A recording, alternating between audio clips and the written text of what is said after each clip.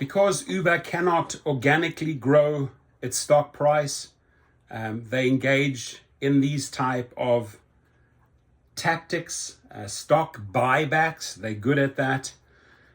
Is it legal? Yes, it is legal, but you're basically just pumping up your own price, your own stock price. So why do companies buy back shares? Why does Uber buy back shares? Right, so let's find out here.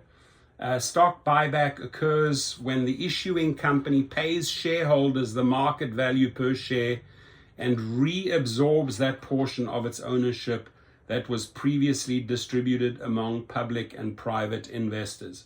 When a company purchases its shares, it can purchase the stock on the open market or from its shareholders directly. In recent decades, share buybacks have overtaken dividends as a preferred way to return cash to shareholders. Through smaller companies may choose to exercise buybacks, blue chip companies are much more likely to do so because of the cost involved.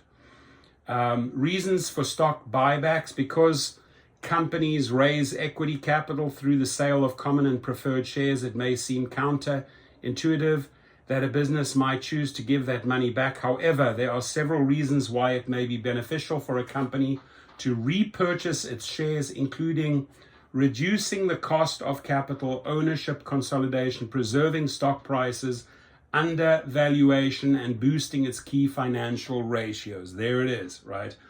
And in Canada, it's called a normal course issuer when Canadian companies buy back their shares. Stock repurchases reduce costs.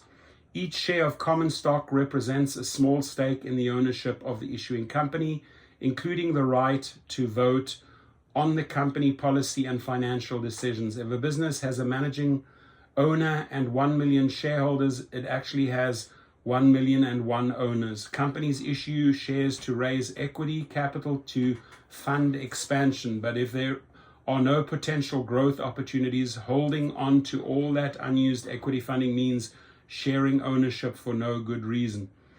Businesses that have expanded to dominate the industries, for example, may find that there's little more growth to be had. With so little headroom left to grow into, carrying large amounts of equity capital on the balance sheet becomes more of a burden than a blessing.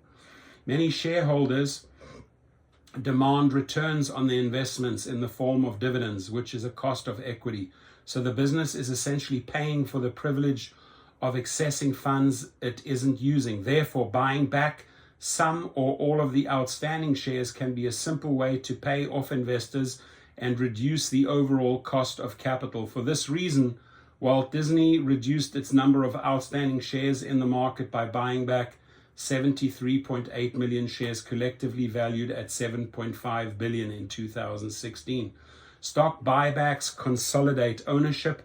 Companies issue shares to raise funding for projects. Several types of shares can be issued, but the two most popular are common and preferred shares. Common, also called ordinary shares, come with voting privileges and ownership. Preferred shares differ in that dividends are paid out to the shareholders before common shareholders, and these shareholders are higher in the queue for payout during a bankruptcy proceeding. A company with thousands of stocks issued essentially has thousands of voting owners. A buyback reduces the number of owners, voters, and claims to capital.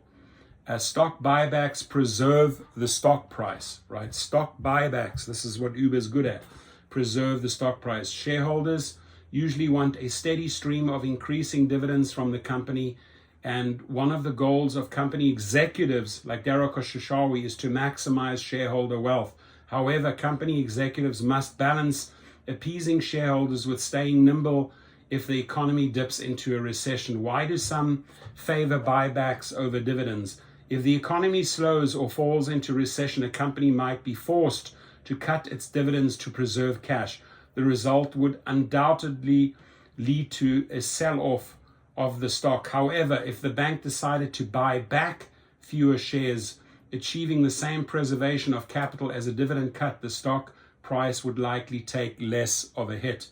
Committing to dividend payouts with steady increases will undoubtedly drive a company's stock higher, but the dividend strategy can be a double-edged sword. If the event of a recession share buybacks can be decreased more easily than dividends with a far less negative impact on the stock price. The stock is undervalued.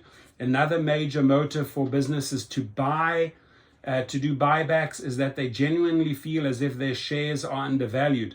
Undervaluation occurs for several reasons, often due to investors' inability to see past a business' short-term performance, sensationalist news items, or a general bearish sentiment.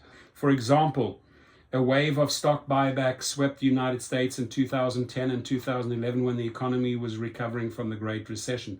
Many companies began making optimistic forecasts for the coming years, but company stock prices still reflected the economic doldrums that plagued them in years prior. These companies invested in themselves by repurchasing shares, hoping to capitalize when share prices finally began to reflect new, improved economic realities. If a stock is dramatically undervalued, the issuing company can repurchase some of its shares at this reduced price and then reissue them once the market has corrected, thereby increasing its equity capital without issuing any additional shares. However, investors may be reluctant to purchase the reissued shares if they feel that they've been burned by a company in this way. So Dara Khosrowshahi is a master at that, right? They're basically artificially inflating their stock price by engaging in these practices. They're not organically growing it. They have to resort to these type of tactics to stay in the game. Your comments, please. Thank you.